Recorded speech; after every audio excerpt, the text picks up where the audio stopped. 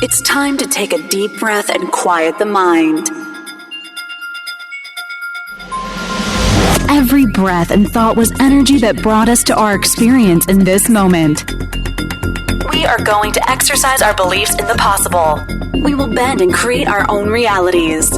Let's explore how to square our recovery and thrive in life.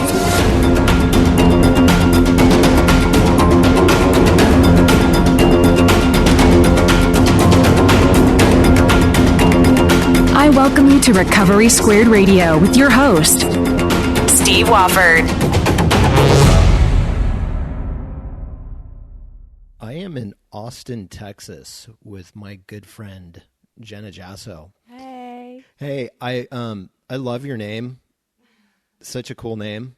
We met at a life party up here in Austin. And for those of you who don't know what a life party is, it's basically a drug and alcohol-free party that centers around community, deep connection, growth, and transformations.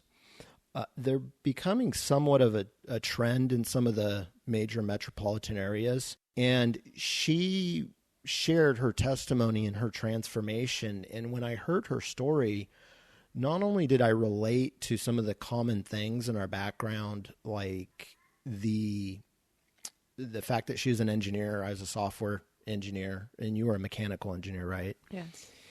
And, going through the whole living as society wants you to, and, all the drinking, partying and stuff like that, just kind of going down the wrong path that we go to. And then she had this story of transformation, and I was just really inspired by it. And even looking at, we're friends on Facebook and we've been in touch, and I see kind of the stuff that she's creating, the kind of life she lives. It's, she does a lot of traveling and just has this, it looks like a lot of like the surf commercials in the magazines where it's this lifestyle, and you see it in Hollywood too, but it seemed kind of fake, but she really lives that, and she's true to her purpose. And I just love that about her, and it's very inspiring. So we're going to talk about her path and dig into how she got here. So welcome, Jenna. Thank you. And I appreciate that, because I have definitely not taken the easy route, but I really have been able to enjoy the fruits of my labor. That's awesome. So why don't you tell me a little bit just kind of what you're doing right now, some of the projects that you want to do or want to create? So I'm teaching yoga and meditation, also developing my abilities with video creation. And one of my biggest goals is creating conscious media. I just see it as a very effective way of spreading messages and sharing what I'm learning.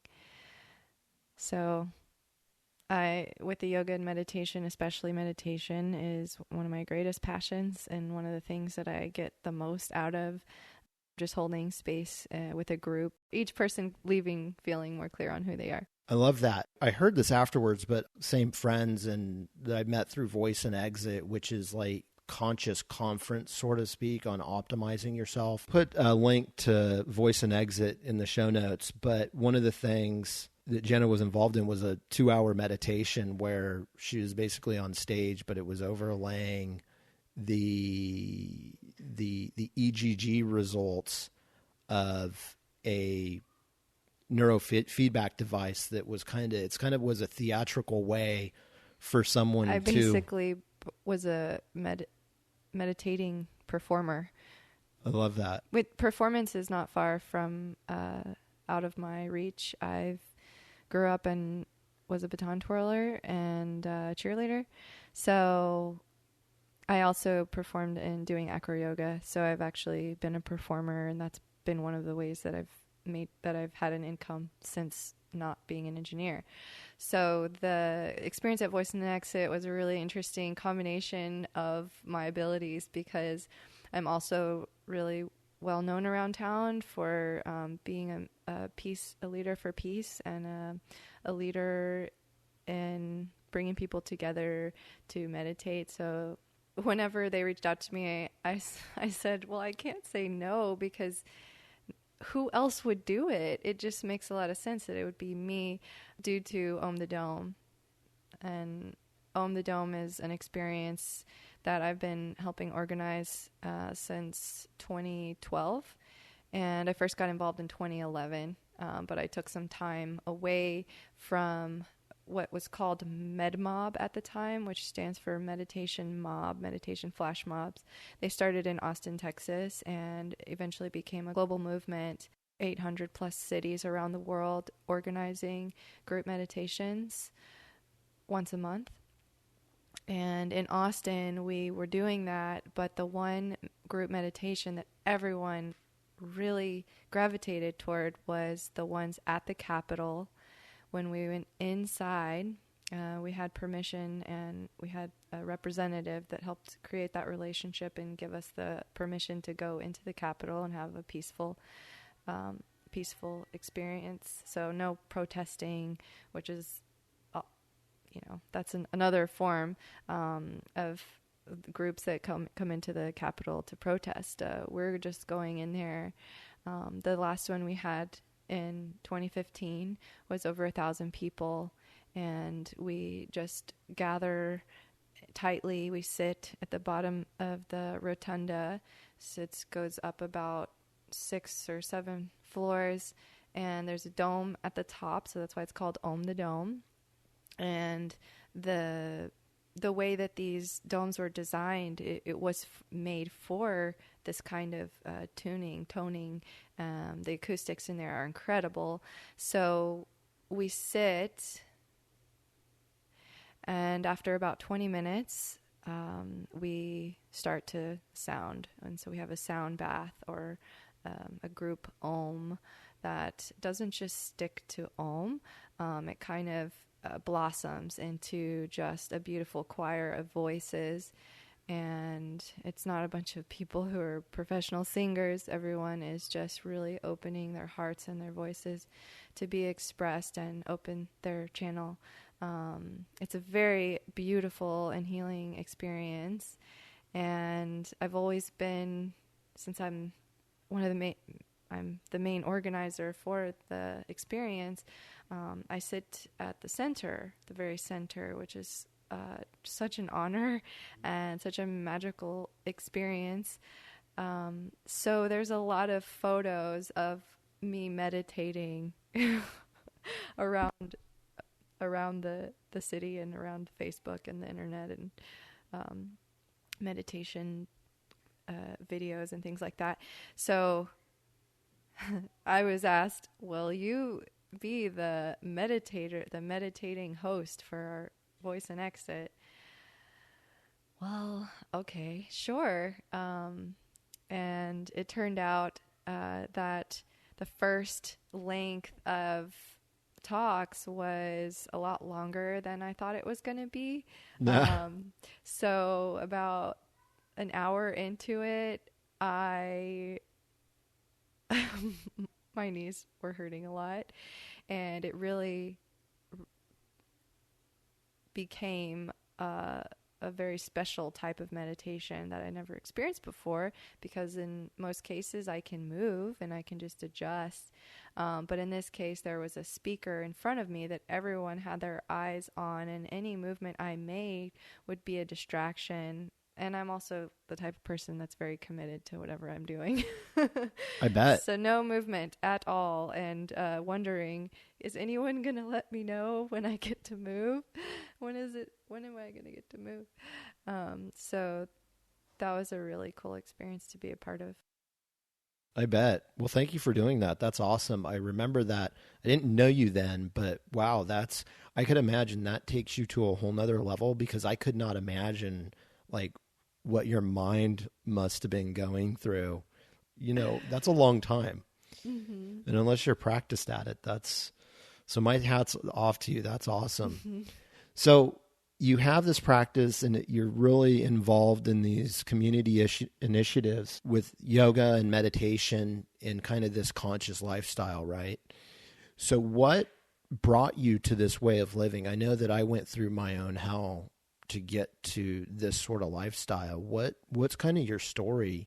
my parents divorced when I was 5 years old, and my mom was single for 9 years, with 3 kids. And that was a really hard time for her and for all of us.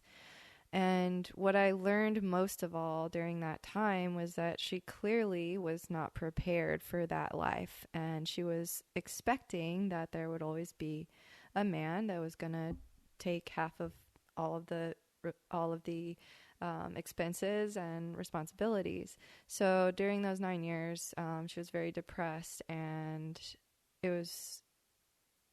it taught me that I wanted to be a stronger, independent woman, that I never wanted to rely on somebody else, and certainly not be a housewife or something, which I actually think I would be really, really good at. But it's not the ultimate. So from a young age, I had a very ambitious goal of getting a job that was really going to make really good money. So doctor, lawyer, engineer, which one would I be? I thought I might be a vet at one point, and I ruled the doctor and lawyer out for easy reasons, and I was always more focused in math and science in school. Those were my favorite subjects. So engineering just made a lot of sense. And so I went to the University of Texas here in Austin. That's actually what brought me to Austin. So thank goodness for that. I had no idea what a beautiful, amazing city Austin was. And I graduated from UT in 2007 with my degree. I got a job that I requested that they allow me to live in Austin, which meant that I was not at the main office that is in Dallas area, and in a lot smaller office with not very much community or of a culture. So very quickly I grew depressed, and I just felt an emptiness. The worst part of all was that I spent my whole life doing everything I was ever told or taught to do. I did well in school. I was in the top 5 in graduating middle school, and I was in the top 10% in high school. I was very involved in organizations, and I really drank the Kool-Aid, I guess you could say. I was blind. But anyway, I did my best to fit into that expectation of what life is. So here I am. I've done with college, and I'm getting a professional job, a career. I'm starting my career. A couple of months into it, I hit the worst depression I've ever felt in my life, because I realized that wasn't what I could do. And I didn't really know what I was going to do next. So it was more just like, wow, I've spent my whole life to get here, and this isn't anything that I thought it was going to be. I'm not happy. I'm not challenged. I'm not inspired. I don't feel like what I'm doing has a purpose. So during that time, I wasn't comfortable with my home life either. So most of my evenings and nights I went out to the bar. I have plenty of money, so it's not like that was an issue. That was probably one of the only things that wasn't an issue. I had plenty of money. And I didn't really know how to get out of it. If I quit, then I didn't know where I would go from there, so I couldn't quit. I reached out to different family members, especially ones that I looked up to and thought might give me really good advice. But instead, that advice was, get to work earlier, really show them you're dedicated so you can get your promotions quicker. Right.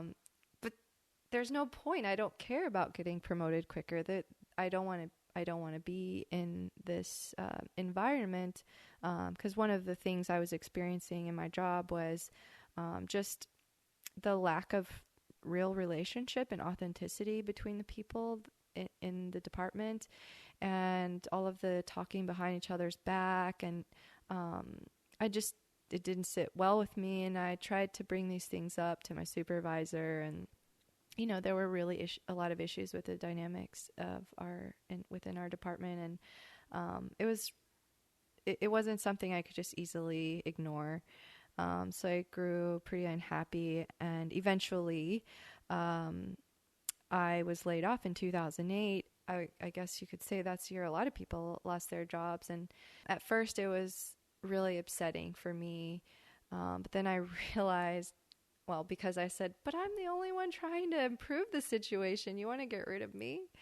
It was really scary, but it only took about a week or two for me to realize that I had been set free, and in the best way possible, because I could have my severance and some unemployment. From that point, I bought my tickets to Australia, and I went for the first time to feel what freedom felt like. I never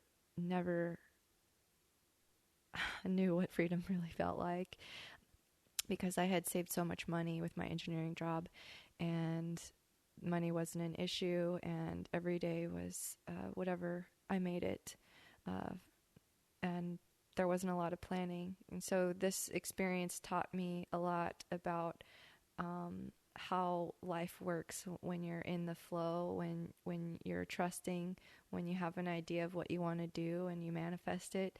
I started to notice these things during this trip. It really helped me feel supported by something. It expanded my perspective of the world. And after my travels, I came back and almost accepted another engineering job that was a lot more like the one that I might enjoy. But by then, I felt like there was something bigger for me. And I knew that if I accepted another full-time job, it would take all of my attention. So I couldn't really dig deeper to feel, what is this feeling inside of me that I have something more to do in the world, instead of going back to this full-time job. So eventually it was literally the first day of 2011, where I was with some friends in Scottsdale, Arizona, and we went out day drinking that day and found ourselves at a strip club. I mean, I was really down to go when we were going there, but once we were there, it just got kind of weird and uncomfortable, and all of a sudden I just like, what am I doing here? Why am I surrounding myself with this type of environment and people that really I don't connect with? I sort of had this breakdown that really broke something open inside of me, and the next day it was so clear that that is exactly what I want to grow against. I want to inspire a change in. It's a culture that I'm very, very familiar with. I'm in the heart of it. I would say, hey, let's go to a strip club. Why not? But there was something now at this point that I had some time out of my job and time to explore the world, that I saw and felt the emptiness in it, and it couldn't be ignored. That's what first opened me to feeling very clear about what I was motivated and inspired to do, because I was experiencing others that were now in the same position that I was when I had my job. And now that I didn't have it anymore, I saw more clearly that it was such a waste, and really kind of sad, empty. Yeah. Wow. There's so much of that story I can relate to, the whole career thing, buying into what's really just what society thinks, how things are supposed to work. You get a career, house, family, cars, and you're supposed to be happy. Yeah, I mean, I figured as long as I'm making enough money, I'll be happy, right? Yeah, and on an engineer's salary, I know I made really good money, and I thought that somehow I had things and I had accomplished stuff and I could make more money than most people. And I'm like, wait a second. I'm addicted to many different things, into thinking, drugs, alcohol, hanging out in seedy places, and realizing that like there's more for me. Mm-hmm. And that's powerful. Yeah, it was interesting that having the money didn't make me happy at all. It was my everyday that I cared more about. What am I doing with my day? Does it matter? That's so awesome. How old were you when you had that realization? I was 23. Wow. I was late 30s before I ever kind of woke up, so to speak. So, wow, you must have had something in you. Well, obviously, because I see this light in you, like you're this bright, shining light, and I love all the stuff you're doing, and it's very inspiring, and especially being so young, learning that. Yes, but it's definitely been a journey since then, and it took another few years before I really connected with my higher sense of purpose. And until then, I guess you could say I was just exploring and experiencing and just waiting, waiting for something to catalyze a shift. And then that's what happened in 2011 after that road trip when I came back from Arizona. And the first thing I did was get involved. That's when I connected with the Med Mob and other community groups around the city. I would say my network expanded by hundreds of people within a couple of months because all I wanted to do was connect with people that I felt like I could relate to. I was discovering a part of Austin that I never knew before, being a student and being an engineer. Those are just different worlds. And I was so happy that there was such a rich culture and community in Austin that I could tap into. But what I was finding is that there wasn't exactly the type of community that was getting the full picture of what I felt like we could bring together. So that's when I was in during this process in early 2011. I was teaching myself, YouTube, just seeking more information. I wanted to understand how I could make a difference. So once I felt like I got clear on that, I started to have a vision. I started a local project here in Austin. It's called Love ATX. And from there, I was organizing community in order to illuminate the cultural shift that is present within Austin. I guess you could call it a subculture. But to me, I see it as the way of the future, and the quicker that we can expand upon this lifestyle and culture, the better that the world can be. The more we can respect the environment, the more we can work together and, come back to living in communities in our own neighborhoods. So that was the purpose of Love ATX, and I had some events in 2011 that were very successful, full days of talks and workshops, and really the purpose was just to connect people on the same page and see what could come out of that, bigger projects and more impact. And I was doing that for about 3 years, and it was amazing. The impact that it did have. Some really great projects stemmed out of that, and businesses that are making a difference in Austin. And that also fed into the Own the Dome experience. So, but the community work itself wasn't a business, and it was definitely driven by my heart, and I did receive a lot of love. So now I'm transitioning more into finding a balance between that work and also sustaining myself comfortably.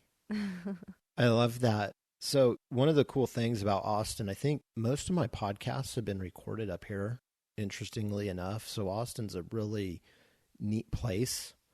And there's a scene in the community that's involved in this sort of thing. And Jenna, you're in the forefront of all that. And like, that's so awesome. It's so inspiring. You inspire me to do more. And so what sort of things do you want to put together in the future? The way that I came to doing the Love ATX, my first ideas and visions that were coming to me were much bigger. It was about bringing people together on a global scale. And I started to realize that my vision was way beyond my reach. I was starting from nothing. And I also realized that the greatest impact I could have was locally, because this movement is a global movement, but the work that we're doing locally is really what makes the difference.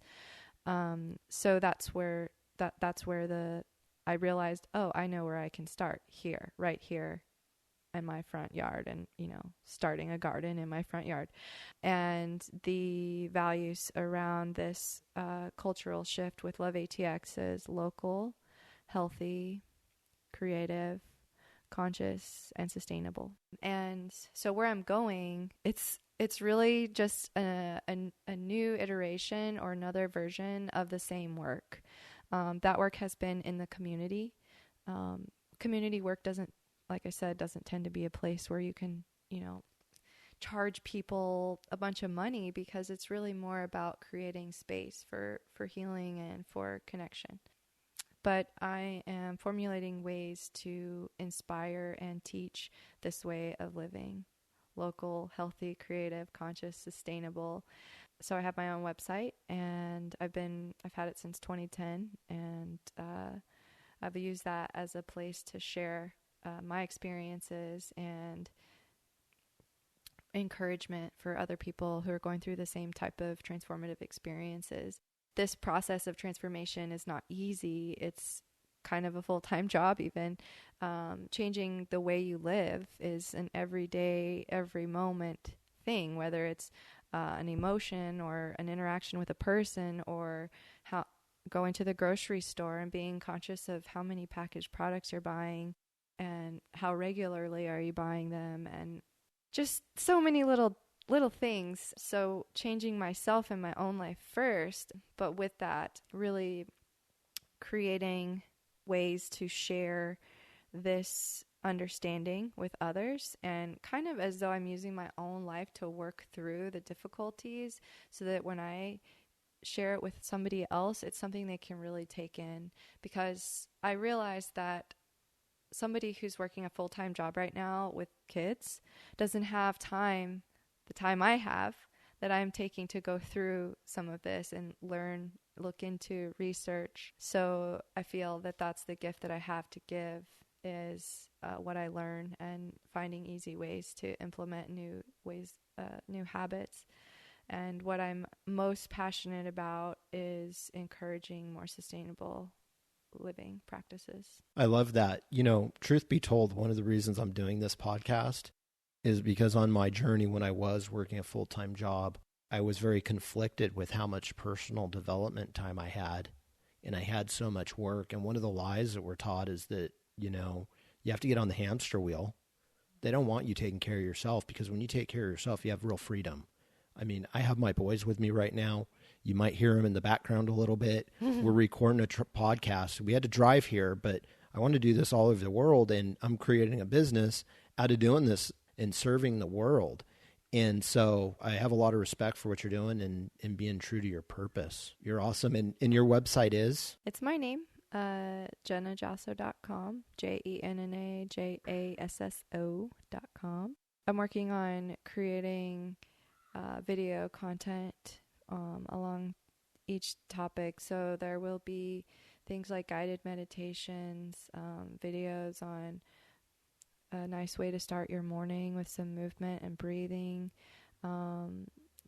recipes, and like I said, it's really a whole lifestyle thing. So all of the ways that I'm growing and changing my habits is what I want to pass on.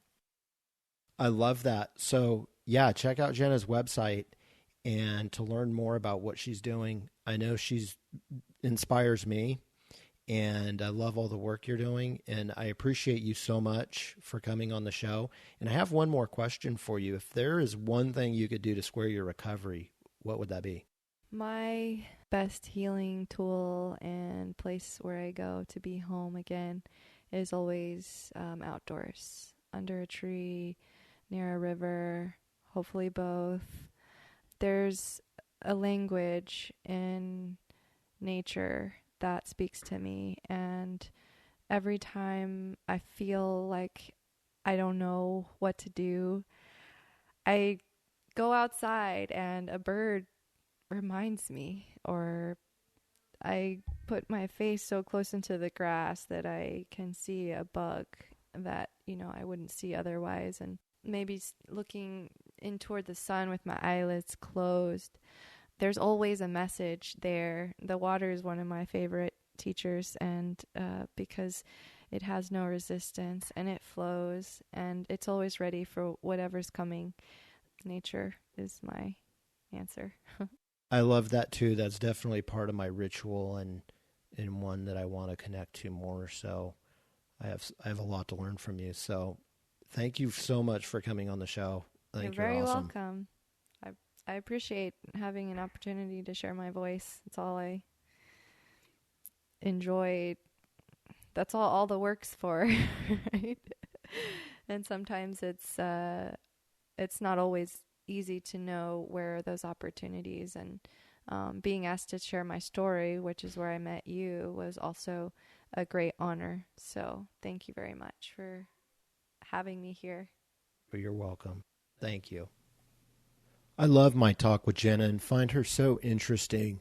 She's such an inspiring example of transforming from someone who the world told her to be into a beautiful free spirit who's working to live her purpose. You can find all the links in the show notes at recoverysquared.com/6. This show is about creating content that helps inspire and transform lives, regardless if you're in a dark place or just want to get to your next level. When you visit recoverysquared.com, you can click on the Access Now button, and I will send you some other tools to help you get to your next level using some of the things we discussed on this show. The first thing I will send you is a free one-on-one coaching call with me where we will get clear on getting you to your next level. This is an experience in its own right, and this will not last long, so act quickly. Second, I have also developed a belief guide to send you that illustrates a Recovery Squared belief process in the road to transformation. And third, we are building a community around Recovery Squared. And when you sign up, we will add you to our exclusive, secret Facebook group where we can connect with other tribe members. I want to build relationships and build our tribe, so I'm excited for you to be a part of our community. I love you and so grateful for you listening and supporting Recovery Squared. Thank you for listening to Recovery Squared Radio. Please visit recoverysquared.com for access to resources on squaring your recovery. And as a reminder, act without doing. Create space between your thoughts and actions.